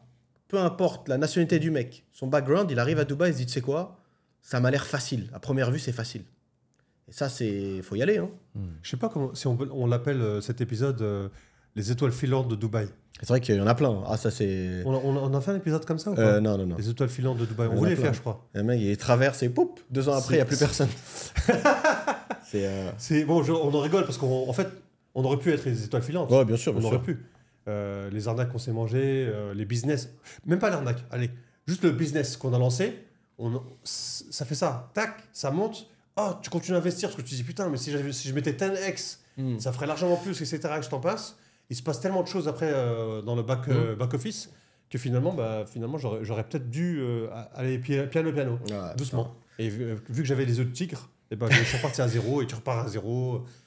Tu vas trouver un travail, tu travailles pendant quelques années et après tu relances un autre business, ça marche pas, tu retravailles encore 4-5 ans, tu te fais beaucoup d'argent, enfin tu te fais de l'argent pour réinvestir dans un autre business. Voilà. C'est dur de scaler en fait. Je parle de moi, c'est ce que j'ai Très dur c'est ce que j'ai de... En résumé, c'est dur de scaler ici. Parce que même quand ça va bien, c'est ça le problème. En fait, c'est très compliqué parce que quand ça va bien, tu te dis, bon, bah attends, je veux passer à la vitesse supérieure, je veux investir, je veux recruter. Si je vais bien, je vais si mine. Voilà. Tu prends des bureaux, tu prends des meilleurs bureaux, des trucs comme ça. Mais en même temps, tu te dis, attends, je peux faire ça, mais l'année d'après, tout peut foirer. Tu vois? Il y a toujours des Vas-y, j'en raconte une histoire. Vas-y. Quand je suis arrivé en 2009, j'avais rien, etc. Donc voilà. Mais j'ai rencontré 2 potes à moi, on a fait un business ensemble. Bon, on avait des kiosques à JBR. JBR à l'époque, il n'y avait rien du tout. Hein. C'était vraiment du sable. Par contre, il y a toute l'avenue où il y a Paul, Starbucks et quelques restaurants. C'était vraiment une avenue, il n'y avait que ça. Et après, il y avait la plage. Il y avait le sable, les gens ils iraient sur le sable, ils allaient à la plage. Il y avait rien de ce qu'on voit maintenant. Les restaurants et tout ça, c'est nouveau à JBR. Et donc, on avait 2 kiosques à JBR, on vendait des accessoires mobiles. Et donc, en fait, au début, on avait un seul. On a vu que ça marchait bien. Putain, on vendait des accessoires, on les achetait à Dera, on les ramenait à JBR, on faisait fois 100 des fois pour certaines coques de téléphone. Genre, la coque de téléphone en caoutchouc, je l'achetais genre 5 dirhams, je la vendais 150 dirhams. Bon, après, ça dépendait, mais je la vendais 50 dirhams en moyenne. Mais en fait, il faut savoir que tout est négociable à Dubaï. Tu peux négocier à chaque fois. Ça, c'est une chose que je dis tout le temps. Tu demandes, OK, last price. Quand tu leur dis last price, c'est vraiment le mot magique. OK, last price. OK, last price is this one. Vous allez être choqué. Et même dans les magasins, on peut négocier des fois. Bref. Et donc, ça a bien marché, les kiosques. On faisait pas mal d'argent et tout. Donc, on a pris un deuxième kiosque. Et ça a tellement marché que quand on a dû renouveler le contrat, on s'est dit, attends, cette fois-ci, on ne fait pas le con, on prend 4 kiosques, tu vois. Et donc, on a pris 4 kiosques. Et par rapport à ce qu'il disait Abdel, eh ben, en fait, à Dubaï, tu crois que ça marche, tu continues comme ça. Et ben, à la fin, qu'est-ce qui s'est passé? Et ben, cette compagnie, en fait, ils ont perdu le droit d'être à JBR au centre. Qu'est-ce qu'ils ont fait? Et ben, ils nous ont mis 2 kiosques super loin à JBR à l'entrée, là où il y a des fourrures de Russes. Ouais, je vois Voilà. exactement ça en plus. Truc flingué, il y a zéro footfall, on appelle ça footfall. Il y a Le zéro truc kiosque de là. blanchiment d'argent en plus. Exactement. De... Et après, ils nous ont mis tout au fond là-bas, vers la construction maintenant. Bah, c'est une construction, mais maintenant, c'est plus une construction, c'est l'hôtel Adresse Marina, Adresse Ouais, JBR. JBR. Adresse JBR. Donc, maintenant, c'est. Tout au bout, ouais, c'était Avant, perdu. ça Hein. n'existait pas encore, Adresse JBR, mais maintenant, il y est. Donc, il nous a mis 2 kiosques ici et 2 kiosques là. Devinez ce qui s'est passé. Bah, tous les jours, on perdait 500 dirhams par kiosque. Tous les jours, 500 dirhams. 500 dirhams, 500 dirhams. On leur dit, mais attendez, mais pourquoi vous ne nous avez pas mis au même endroit et tout? Parce que désolé, on a reçu. On a perdu ce truc-là. Ok, bon, on arrête le kiosque. Ah, vous voulez arrêter? Il faut payer 22 000 dirhams par kiosque. Donc 22 000 x 4. Tu sais, on n'avait pas beaucoup de pognon, on était là, on faisait avec ce qu'on avait, etc. Et voilà, bah, c'est un exemple de repartir à zéro en fait. Tu crois que tu vas continuer à faire de l'argent et d'un coup tu. Donc je sais pas si vous avez ressenti ça, vous ressentez ça. Donc faites un commentaire sur ça. C'est dingue comme histoire, ça, Ben. Hein. Parce qu'après, à côté de ça aussi, si tu as un business qui marche bien, le but c'est d'avancer, c'est de le scaler. Juste comme aparté, hein, ça c'est un des 10 business que j'ai essayé à Dubaï en 15 ans. Hein. De toute façon, même dans l'immobilier, il y en a eu plein. Moi, j'ai connu des potes qui ont ouvert des agences qui avaient bien marché au début. Et réflexe logique, le mec, il recrute massivement. Il veut des bureaux qui motivent les gens. Donc, il prend des bureaux vraiment dans un bel immeuble. Comme ça, même les mecs, ça, c'est un truc assez classique. Tu vois, même l'agent qui arrive, qui n'a pas encore closé, mais il reste motivé parce qu'il y a une belle ambiance de travail. Il arrive dans des beaux locaux, ça le motive. Tu vois, c'est comme un mec qui bosse, je sais pas moi, à Manhattan, dans une belle tour. Mais le problème, c'est que ouais, c'est le scaler à Dubaï, c'est très très compliqué. Parce qu'après, t'as pas non plus envie d'être. C'est une sale position, je trouve. T'es tout le temps là à réfléchir. Je me développe, je me développe pas, je me développe, je me développe pas. Donc tu vis aussi tout le temps dans la peur. Bah, nous, on va pas se mentir, ça nous est déjà arrivé. Hein. Des mecs, ils comprennent pas. Genre, on était dans des périodes où franchement tout allait bien. Et moi, j'ai des potes qui venaient de l'extérieur qui nous permettaient de nous en rendre compte. Parce qu'au premier abord, tu t'en rends pas forcément compte. T'as un stress permanent alors que ça se passe bien.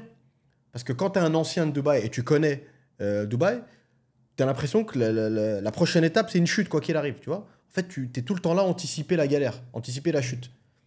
Le revers de la médaille de ça, c'est que tu n'enjoys pas de process. Tu es là plutôt que de célébrer tes victoires et machin, que tu es en train de monter. Tu te dis, putain, quand est-ce que ça va tomber? Quand est-ce que ça va tomber? Est-ce qu'il ne faut pas que je fasse le mauvais move? Faut pas que voilà, je m'engage sur trop d'appartements si je veux investir. Faut pas que je prenne des nouveaux bureaux. C'est une sensation très bizarre. Et c'est selon moi, hein, c'est un des défauts de Dubaï. De te mettre, quand tu connais trop la ville, tu es dans un stress permanent. Et quand tu connais pas assez la ville, tu es rêveur et tu n'es pas à l'abri de te manger une grosse tarte. C'est une ville intéressante en tout cas. C'est une ville Oui, c'est très intéressant. mais je sais pas si dans le monde, il y a une ville similaire, honnêtement. En tout cas, dans le Golfe, non. Qu'on connaît assez bien. Doha, c'est pas comme ça. Riyad, c'est pas comme ça. Abu Dhabi, même Abu Dhabi, c'est pas comme ça. Sharjah non plus. Dubaï, il y a un vrai truc. Hein. Il s'est passé il y a un vrai truc. Bah, Dubaï, t'as pas le choix. C'est marche, faut que ça marche ou faut que tu te casses. Parce qu'à partir du moment où t'as plus d'oseille, t'as plus de visa. Ça y est, tout s'arrête, tu t'en vas. Ouais, mais il y a plein de... En fait, Ilan, ce que tu dis, c'est vrai. Dans les faits, hein. Techniquement, c'est vrai, tu vois. C'est pour ça qu'il y a... Il n'y a pas trop de parasites et tout, ça reste une ville safe parce que concrètement, il faut un minimum de contexte et de revenus pour rester sur place. Mais moi, en tout cas, hein, de toutes les années passées ici, il y a beaucoup de gens sur le papier qui devaient partir mais qui s'accrochaient parce qu'ils pensent qu'ils vont se refaire. Parce qu'ils ont l'oseille pour rester quand ils s'accrochent. Pas forcément, Ilan. Hein. Il y en a, moi j'en connais, ils ont emprunté. C'est comme une table de poker. Ouais. Ils sentent, encore une fois, la ville, elle te donne l'impression que tu vas y arriver. Tu vas te refaire. Tu vas te refaire. Tu vois. Parfois, en fait, tu as beaucoup de trucs des youtubeurs de mindset, par exemple. Ils disent qu'il faut tout le temps... C'est la fameuse photo où tu as le mec avec la pioche qui creuse et qui a un dernier coup de pioche d'arriver sur une mine de diamants, tu vois. Il y a une photo comme ça qui tourne pas mal. C'est soit tu sais faire, soit tu sais pas faire. Voilà. Moi, parfois, comme tout à l'heure, Ben, il parlait des étoiles filantes. Parfois, franchement, je me dis que c'est peut-être eux les gagnants. Hein. Le mec, il est arrivé, 1 an, il a tenté, c'est pas pour lui, il se casse. Et il y en a plein, ils se refont, ils sont peut-être même bien mieux ailleurs, tu vois. Mais là où ça devient compliqué, c'est quand tu veux toujours te refaire. Et c'est vrai que parfois, ça te donne vraiment l'impression que tu as un rendez-vous de faire décoller ton truc et c'est reparti. Tu es retour à zéro. C'est un truc sans fin, en fait. C'est un truc sans fin. Même s'il y a des mecs qui arrivent, hein, attention, il ne faut pas non plus tout dramatiser. Mais franchement, on en a connu plein. Déjà, nous. Mais franchement, moi, j'ai des exemples, là, pendant que je te parle, des trucs qui me reviennent en tête. Ouais, bien sûr. Le mec, il devait rentrer. Et non, c'est reparti. Il retente, il truc. Ouais, j'en ai aussi. Il se retrouve dans des vieilles colocs pourries, machin. Il arrive. Moi, un jour, je parlais à un pote à moi. Après, j'étais peut-être trop cru. Hein. Dites-moi ce que vous en pensez. Je dis à mon pote, tu fais, regarde, t'habites à Nahda. Nahda, c'est la frontière avec Sharjah. Et même là, il était en coloc. Putain. La situation, elle est catastrophique. Je me souviens, il n'y avait même pas d'armoire dans sa chambre. Ça veut dire que toutes ses affaires étaient dans la valise. Il arrivait, descendait en bas. Même le pressing, il lui faisait crédit. C'est-à-dire, le mec, il mettait son plus beau costume, il allait faire des rendez-vous, il allait se taper jusqu'à Adresse, il prenait des car lift. Je crois que c'était 35 dirhams à l'époque. Il allait, je crois, jusqu'à Marina Mall. Marina Mall, il allait faire des rendez-vous à Adresse, Marina Mall, pour des business à plus de 20-30 millions de dollars. Au bout d'un moment, parfois tu te dis, c'est bien d'être rêveur, mais au bout d'un moment, il y a un truc, c'est comme un truc cosmique, tu vois, faut que tu vois, il y a du karma un peu. Il y a du karma, c'est comme moi. Nous, à notre niveau, à un moment, bon, maintenant, j'ai levé le pied à mort. Hein. C'est pour ça que j'écoute plus personne. Peut-être ça nous cause des problèmes parfois dans l'IMO, parce qu'il faut être ouvert de temps en temps, tu vois. Mais nous, on s'est trop refermé. Des mecs qui venaient me voir pour me vendre des toiles. Un mec qui m'appelle, souvent même, j'ai des toiles de maître à vendre. Picasso, des pièces d'art de Soulage. J'ai un immeuble à vendre qui appartient à la famille Kadhafi à Paris. Je fais, attends. Au bout d'un moment, il faut se poser la bonne question avant de plonger la tête la première. Il faut être humble un minimum. T'es qui? Non, toi, t'es qui et moi, je suis qui? Ouais. Avec tous les trucs, les machins, ça veut dire l'immeuble de Kadhafi tombe dans les mains d'Abdel. Au bout d'un moment, ou le tableau de Picasso il tombe dans les mains d'Abdel. Au bout d'un moment, faut être un minimum clairvoyant, tu vois. Ils sont, moi, je te dis, petits mecs qui ont beaucoup d'argent, qui je travaille. Je vais travailler, mais d'une autre manière. On en parlait au début. Il y a un gars qui leur dit, j'achète une cartouche de cigarette ici. On était en voiture. On allait sur un site... dans une ferme pour crypto mining. On passe devant un shop de cigarettes. Et il dit, ah, là, j'ai acheté une cartouche de cigarettes. J'ai fumé. Les cigarettes, elles étaient... le tabac n'était pas assez... je sais pas quoi. Du coup, quand je fumais, ça me faisait mal à ma gorge. Je suis allé les voir, je dis, vous me changez la cartouche, c'est pas normal. Vous avez laissé sécher le tabac ou je sais pas quoi. Ah non, c'est pas comme ça, vous avez payé ou machin. Le mec, il nous raconte qu'il a appelé quelqu'un, le patron du Tobacco Shop, qui a dit, écoute, je suis diplomate. Le patron s'est excusé, il lui a donné une nouvelle cigarette et il lui a donné 10 000 $ pour tasser l'histoire. On est dans la voiture, moi j'écoute ça, je dis, j'ai mal à la tête, j'ai des trucs à faire, machin, s'il te plaît, arrête. Ouais. Et les autres, à côté, Après, les deux qui écoutaient ça, ils étaient plus riches que moi. Là, comme quoi, ça... Ok. Ah, mais Encore une fois, Voilà, je vais te dire pourquoi. Parce qu'ils sont nouveaux à Dubaï. Ouais. Parce que tu dois payer tes deux.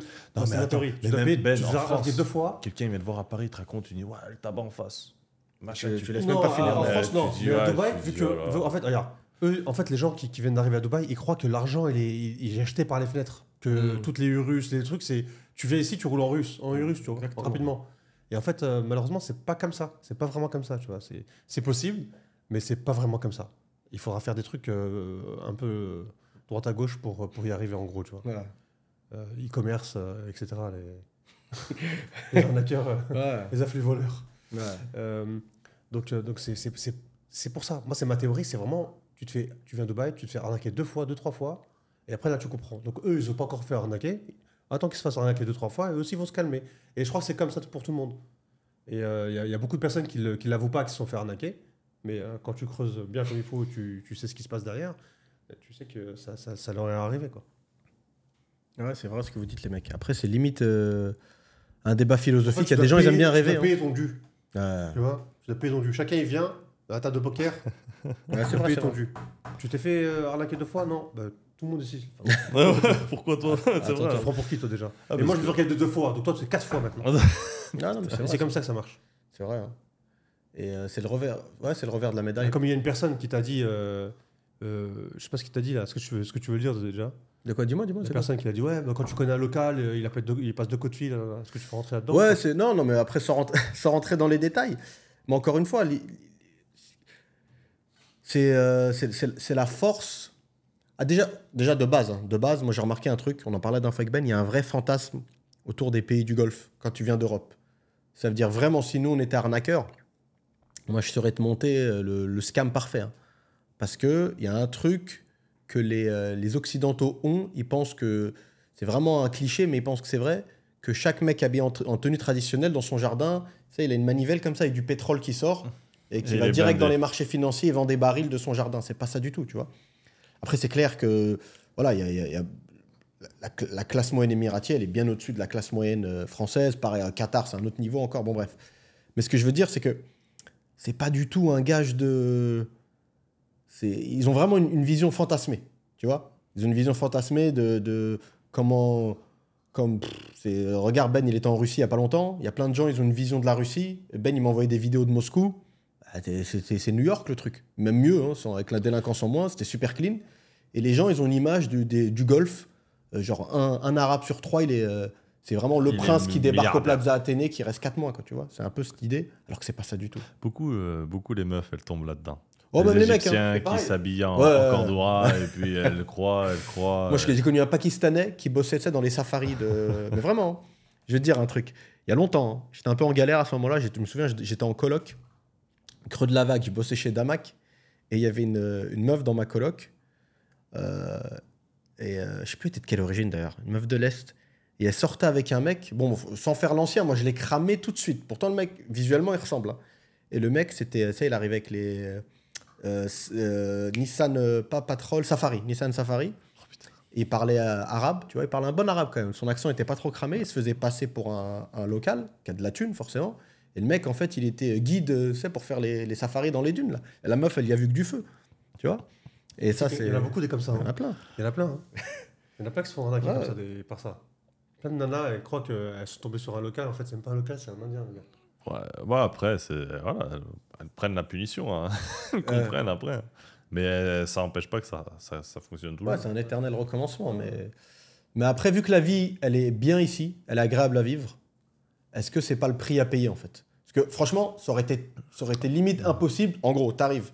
C'est une ville où tu peux être résident en allez, une semaine. Si tu passes par les bonnes personnes, allez, 10 jours, ton histoire de visa, elle est réglée. C'est une matinée. Ouais, voilà. Si tu as ouvert à distance. Voilà, si tu as ouvert à distance, une matinée. Donc ça, déjà, c'est bouclé. Tout peut aller très vite. Si tu passes par les bonnes personnes, ils te trouvent les écoles pour les enfants, machin, tu peux louer un véhicule. Tout va relativement assez vite, tu vois. Et s'il y a en plus, donc pas de délinquance, le beau temps en hiver, etc., les infrastructures de haut niveau, et j'en passe, ville de service comme pas possible. Et en plus à ça, tu rajoutes probabilité de faire un business qui fonctionne et tu fais beaucoup d'argent. Si en plus tu rajoutes ça, là c'est de l'utopie. C'est le monde de Narnia, tu vois. Ça serait trop beau. Et je suis sûr, on en a parlé plein de fois avec Ben. Nous, on pense que c'est le business. Hein, je parle du business pur, pas l'expatriation. Il est disproportionnel au glamour. Plus tu vas dans un endroit qui est pas agréable à vivre, plus tu as de chances de faire de l'argent. Par exemple, Riyad, enfin l'Arabie Saoudite, c'est moins sympa que Dubaï. J'ai un copain qui est resté à Dakar 2 ans et demi. Il n'a pas fait de fric? À Dakar, non. Après, il était... Après, c'est une cata. Ah ouais, après, il a rencontré les bons Libanais. C'est ça. Non, parce que c'est les Libanais qui gèrent le business là-bas. Il est militaire, mais t'as toujours du temps. Mais les militaires, voilà. Non, on parle d'un business à temps plein. Ouais. Et maintenant, mais parce que tu essayes de travailler avec les gens sur place, les gens sont très, très, très, très, très fainéants. Et en fait, une maison se construit pas. C'est pas parce que... Non, c'est parce qu'ils ne vont pas la finir de la construire. Justement, c'est pour ça qu'il y a une justice en vrai, et il y a le karma, appelle-le comme tu veux. C'est parce que c'est dur et c'est pas agréable, que ce soit pas agréable à vivre ou que ça avance pas. Moi, demain, tu peux aller faire du business en Afrique subsaharienne, en Iran, en Arabie Saoudite. À mon avis, le lot de galère, j'ai rien qu'à mon avis pour avoir ta résidence, ça te fatigue. Mais c'est pour ça qu'il y a des barrières à l'entrée. Ça fait que le mec, c'est comme Koh Lanta, le mec qui tient jusqu'à la fin, je pense que c'est jackpot pour lui. Dubaï, t'as beau tenir jusqu'à la fin, mais parce que c'est stylé pour vivre, je pense. Puis après, il y a quoi de mieux aussi? Parce que nous, regarde, on est là, on veut manger quelque chose. Ce matin, on voulait prendre, on a pris un petit déj. Après, on a pris le café, on a discuté, on a bossé un peu sur notre ordi. On a besoin de quelque chose, on est dans le taxi, on commande. Tout de suite, quand on arrive au bureau, ça y est, c'est livré devant la porte. Ce soir, on peut sortir. Il y a toujours des trucs d'ouvert. On va rentrer à pied chez nous. Il n'y a personne qui va m'arrêter dans la rue avec un couteau qui va me demander, Ilan, donne-moi tes affaires. Bon, ça, c'est vraiment... Ça se paye, en fait. Comme a dit Ben, c'est faut agréable. payer deux. C'est agréable. Et ce matin, on s'est levé à quelle heure? On ne sait même pas, on n'a pas regardé. Et je ne sais pas si, dans d'autres villes, où d'un coup, quand tu commences à faire du business, tu as une pression parce que tu as les charges sociales à payer pour tes salariés. Tu sais que s'ils te baisent... Pardon pour les mots. Il t'arnaque, il te fait un sale coup. Tu as la justice qui est avec lui. Ça va te coûter du fric. Il va falloir remplacer. Mais remplacer par qui? Quelqu'un qui va te coûter aussi cher et qui peut aussi te faire le même coup. Tu as fait 100 000 euros, on te prend 60 000. Tout ça, ici aussi, on l'a pas. Donc, c'est peut-être pour ça aussi qu'on... Ouais, mais parce que là, ce que tu viens de décrire, ça ressemble à la France. Mais par contre, en France, je pense... En fait, c'est... En France, Espagne, c'est pareil. Hein. En France, tu les fais. Portugal, c'est pareil aussi. En France, si tu es un démerdard et tu te bouges... Pologne aussi. Tu fais de l'argent. Ouais. Tu fais de l'argent. Après, c'est vrai que c'est un autre débat. Mais tu dois payer. Tu dois payer. Ici, on te prend pas grand-chose, voire rien du tout. Mais pour faire de l'argent... Donc l'un dans l'autre, en fait, ça se vaut un peu. Après, quitte à choisir, c'est mieux ici quand même, mais ça se vaut. Parce qu'ici, c'est zen, mais va faire du fric sur au moins moyen terme. Va faire du fric sur moyen terme. Comme il a dit Ben tout à l'heure, même nous, ça nous est arrivé, ou des gens de notre entourage, tu sais, tu peux faire 2 bonnes années consécutives, ça arrive à plein de monde. Hein. Mais après, faire pérenniser tout ça, limite, il faut peut-être être un peu peureux à Dubaï. Tu vois, faut pas avoir de FOMO. Ça s'est bien passé pour toi pendant 2 ans. Tu dis, bon, c'est déjà bien ce qui m'est arrivé. Tu prends tes jetons et tu prends tes jetons du casino, tu vas voir le caissier, tu prends ton argent et tu te tires. Franchement, ça, je me demande même si c'est pas la meilleure méthode. Vraiment. Ça s'est bien passé. Tu vois, n'attends pas la chute. Vraiment. C'est comme ça que je vois le truc. Moi, c'est un point philosophique, parce que c'est vrai qu'ici, comme je disais tout à l'heure, hein, pour faire de l'argent sur le long terme, en fait, le cycle de vie d'un business, il a été rétréci au max. En France, même en France, en fait. On a des potes, ils ont tu même lances tel business, bah là, tu fais quoi dans la vie? La même chose. Ça fait 15 ans. Le mec, il fait la même chose depuis 15 piges. Alors qu'à Dubaï, tu fais ça pendant... Mais c'est impossible. Alors, tu peux le faire, mais tu as intérêt à trouver des stratégies de renouvellement. Fake renouvellement. C'est-à-dire que tu changes tu restes le patron, mais on va dire, allez, je vais être précis. Je connais un gars qui fait ça, très connu. En fait, tu gardes le même restaurant, tu viens, mais tu changes juste le marketing qui va...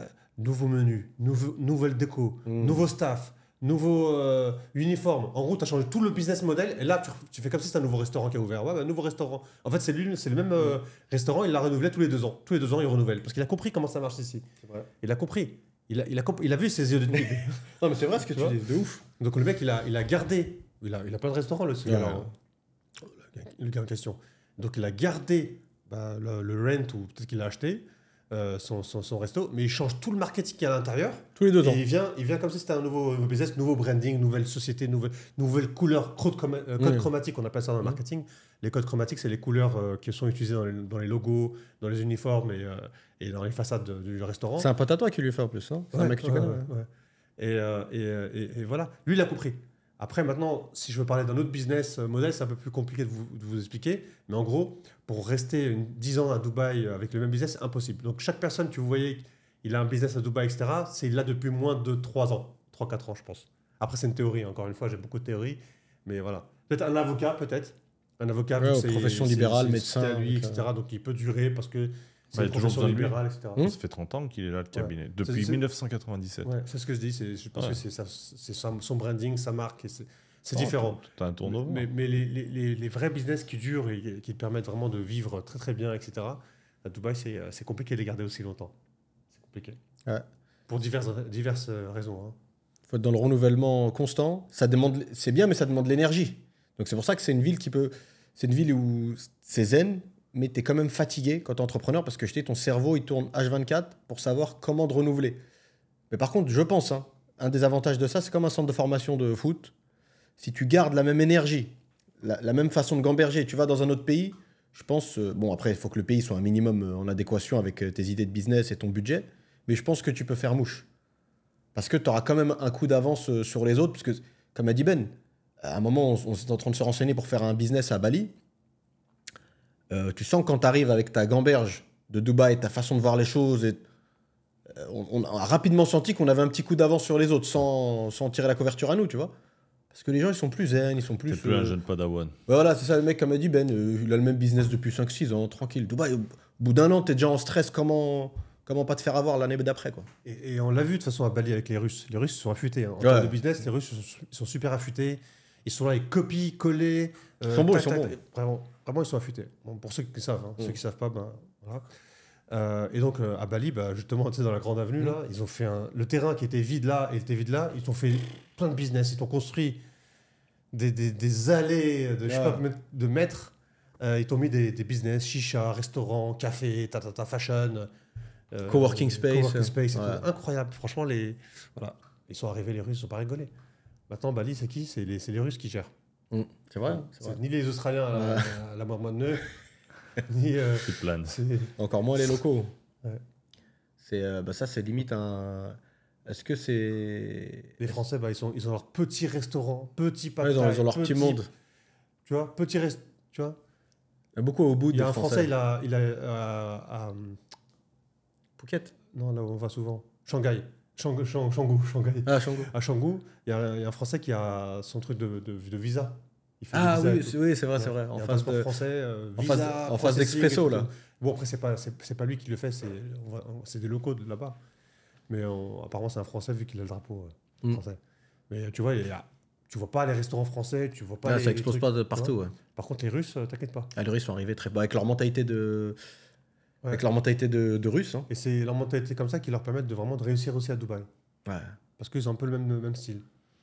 Ouais, mais attends, c'est différent. Si demain la France rentre en guerre, ceux qui veulent pas faire la guerre, ils vont se barrer et ils vont prendre leur cash et ils vont l'investir ailleurs. Ouais, tous les Russes que tu vois qui ont pris leur cash et qui sont partis de l'Occident aussi parce qu'on aurait pu leur geler leurs avoirs, leurs assets, ils sont installés à l'étranger pour une raison. Ils sont tous venus à Dubaï pour une raison. Parce qu'ils voulaient protéger leur fric. Ils sont tous installés à Bali pour une raison. Parce qu'ils voulaient protéger leur fric. Et aussi, il y en a qui ne voulaient pas servir et aller se battre. 1 million de morts déjà entre l'Ukraine et les Russes. Hein, c'est ouf. 1 million. C'est énorme.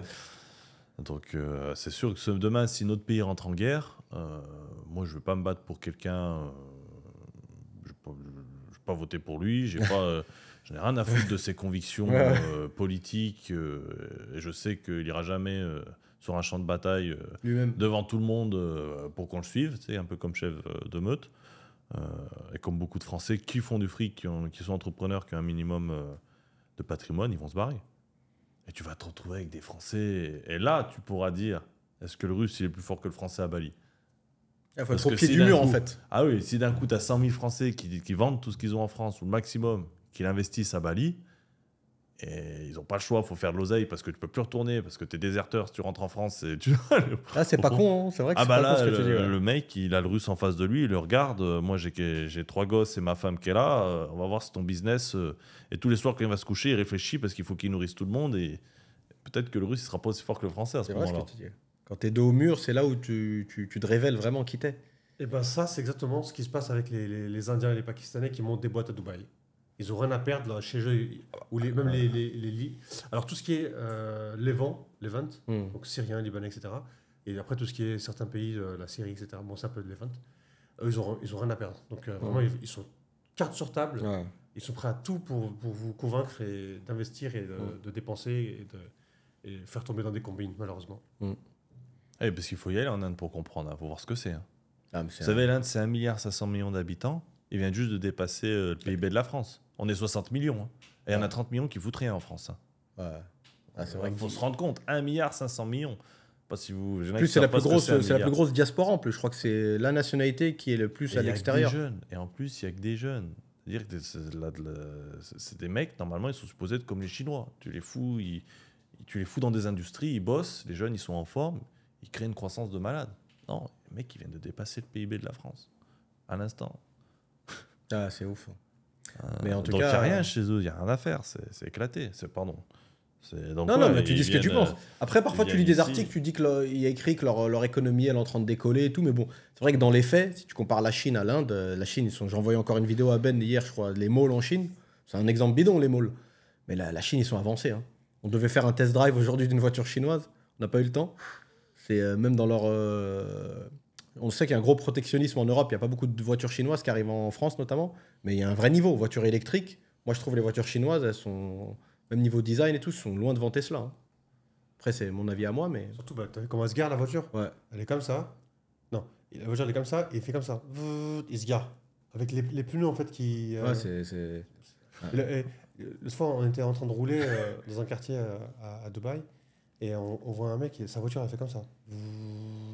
Enfin, 360. C'est quoi ça? On l'a suivi et tout. On a roulé. Le mec il a mis un coup de patate. On Ouais. croyait que c'était une Range Rover. De loin. Déguisée, tu vois. Un test drive ou. Je sais pas, une nouvelle prototype, voiture, un ouais. prototype, ouais. Et après, on l'a arrêté le gars, on fait s'il te plaît et tout, tu peux. On lui a dit, ouais, c'est quoi ça comme voiture? Il m'a dit, ouais, c'est la voiture chinoise et tout et tout. On a regardé 700 000 dirhams. Mais ça commence à grimper. Hein. Ouais. Et le gouvernement chinois investit énormément dans les industries de voitures électriques. Bon, maintenant, il faut que ça soit rentable. Donc, c'est sûr que la R&D, recherche-développement, il y a eu beaucoup plus d'oseille que Tesla n'en mettra jamais. Quand tu as un pays comme la Chine où tu as tout ce fric qui est là, C'est derrière, avec, ouais. le gouvernement peut se permettre de faire ce qu'il veut maintenant. Il faut attendre le retour sur investissement. Comme tu dis, s'ils ne vendent pas ce qu'ils doivent vendre en Europe, qu'est-ce qu'ils vont faire toutes ces voitures? Est-ce qu'ils vont continuer à investir autant dans la recherche et développement s'il n'y a pas assez de demande? Demain, il y a tout qui s'effondre en Chine. On n'en parle pas parce que voilà, ils ont construit des immeubles gigantesques, il n'y a personne qui vit dedans. Il y a une jeunesse qui a été éduquée, qui ne veut pas faire le même travail que leurs parents, donc qui ne trouve pas forcément... Enfin, un ingénieur, derrière lui, il y a 1500 personnes qui bossent en Chine. Maintenant, il y a que des ingénieurs en Chine. Et c'est qui les 1500 personnes qui vont bosser pour eux? Donc le jeune, il ne veut pas aller faire le sale boulot. Il dit, moi, je fais des études. En plus, mes parents, ils ont bossé toute leur vie. J'ai un appartement pour moi. Voilà, à la limite, je reste chez moi, je trouve une solution. Bon, est-ce que ce système, il est tenable? Je ne pense pas, malgré que si demain, d'un coup, d'un seul, on décide d'acheter que des voitures chinoises, ça aurait été un super coup du gouvernement chinois. Je ne suis pas sûr que ça fonctionne comme ça. Ouais. Donc l'avenir, il appartient pas à la Chine. Là, l'avenir, il appartient pas à la Chine. Et si à un moment donné, il déclenche pas une guerre quelque part pour essayer de tout recommencer à zéro, les Chinois, ça va être fichu. Voilà, sur 20 ans, je parle. Ça va être fichu. À moins qu'on se plie aux Chinois et que ça devienne le fournisseur international de tout. Mais non, ça ne sera pas le cas. Puis en plus, les Chinois ne sont pas une mentalité européenne. Nous, on est arrivé... là, on est encore en Afrique, mais on est en train de partir. Il y a des tribunaux qui protègent les pays africains contre les entreprises privées françaises. Les Chinois, ils n'en ont rien à foutre. Ils arrivent, ils prennent des Africains. Tu vois des fois des vidéos, ils les fouettent comme ça pour les faire avancer, pour les faire travailler. Ils ont investi énormément. Si le pays africain ne peut pas rembourser, ils deviennent propriétaires du pont qu'ils ont acheté, des routes qu'ils ont construites, etc. Sauf que demain, si militairement, ils n'ont pas la puissance de frappe pour aller chercher ce qui leur est dû en Afrique, c'est pas les Africains qui vont leur dire « ah bah tiens, on te le donne ». Parce qu'ils n'oublient pas le mal qu'ils sont en train de... Donc moi, sur le long terme, je ne revois pas un avenir florissant. Sur 20 ans. Ouais, bien sûr. 20 ans, ça passe vite. C'est qui l'allié de la Chine aujourd'hui? À part soumettre les gens avec leur argent, qu'est-ce qu'ils font? C'est vrai. Hein. Après, il y a les fameuses BRICS, là. Ils ont des relations plutôt pas mal avec la Russie, là, en ce moment. Oui, mais les Russes sont soumis à l'argent chinois.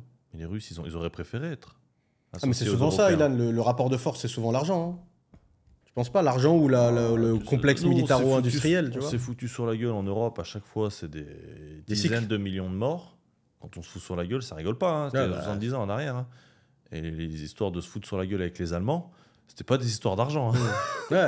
C'était des histoires de ma fierté. Tu as détruit mon économie après la Première Guerre mondiale. Tu me traites de sous-merde. Pardon pour le mot employé. Tu vas voir. Et puis de ça est né un régime nazi qui allait détruire tout le monde autour de lui.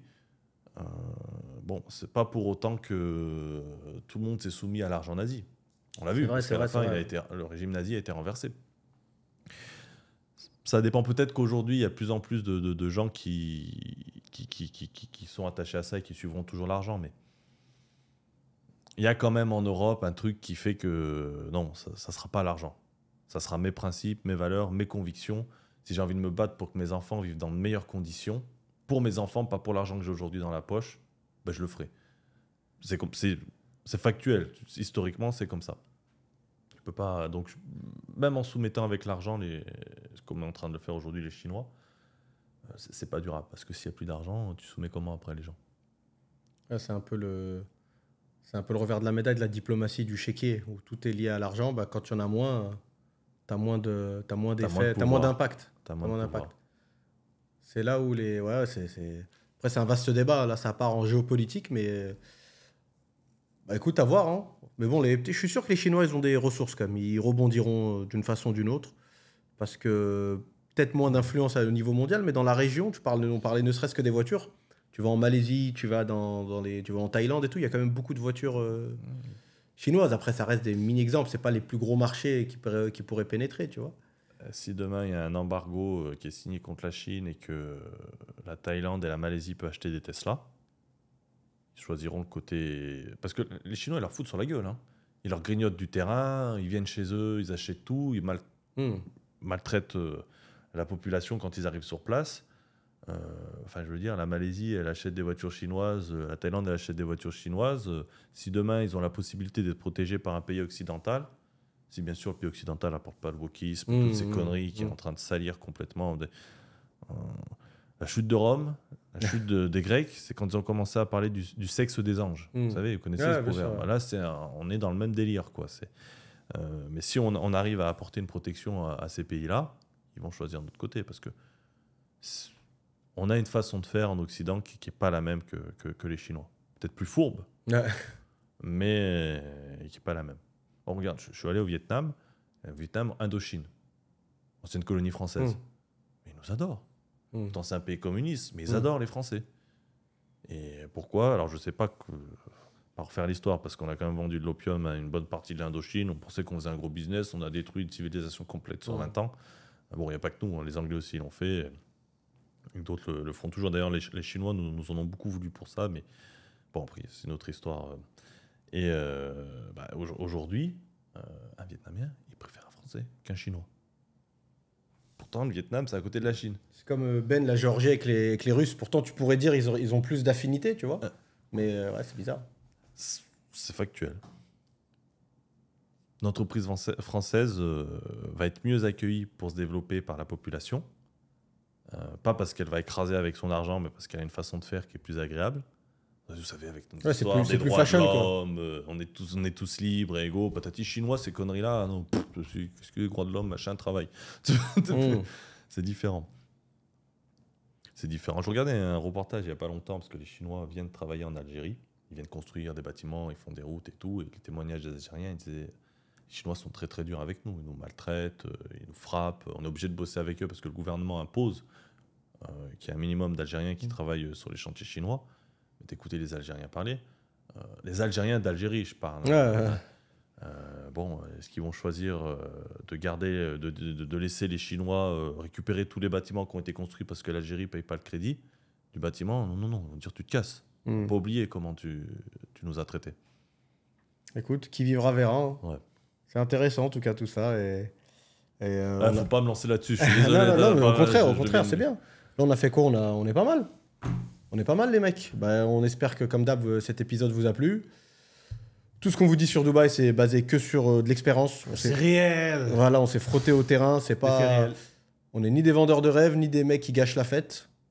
Tout ce qu'on vous dit, c'est après confrontation réelle. Et c'est ce qu'on vous conseille de faire, que tout le monde se fasse sa propre opinion. Voilà, pour venir s'installer. Mais n'oubliez pas, si vous voulez protéger votre argent, Dubaï est très sûr. Donc quand vous venez l'investir, vous avez la banque centrale qui vous protège. Vous avez le pétrole qui protège les actifs. Et parce que Dubaï, par le temps, l'a prouvé, a su s'adapter. Et on voit encore aujourd'hui, par exemple, la guerre entre l'Ukraine et les Russes. Ils ont réussi à jouer avec tout le monde. Là, il y a des Américains, il y a des Russes, il y a des Syriens qui se sont fait péter la gueule il y a encore pas longtemps, des Iraniens, des Irakiens. Il y a tout le monde ici. Donc, ils l'ont prouvé, ils savent s'adapter. Et ils n'ont jamais de problème. Donc, maintenant, en Europe, on va voir s'ils arrivent... Parce qu'en Europe, à chaque fois qu'il y a un problème, qu'il y a une guerre, c'est fini. Hein. Effort de guerre, ou si un pays qui tombe en crise, on va taper dans l'épargne des gens. C'est comme ça. Bon. Est-ce que votre fric est plus en sécurité en Europe ou est-ce qu'il est plus en sécurité à Dubaï? Voilà, moi je réponds à votre question. On est le plus en sécurité ici à Dubaï. Clairement. C'était le mot de la fin. Ciao, ciao tout le monde. Ben Abdel, Bye. Marie Nemo. Bye. Ciao.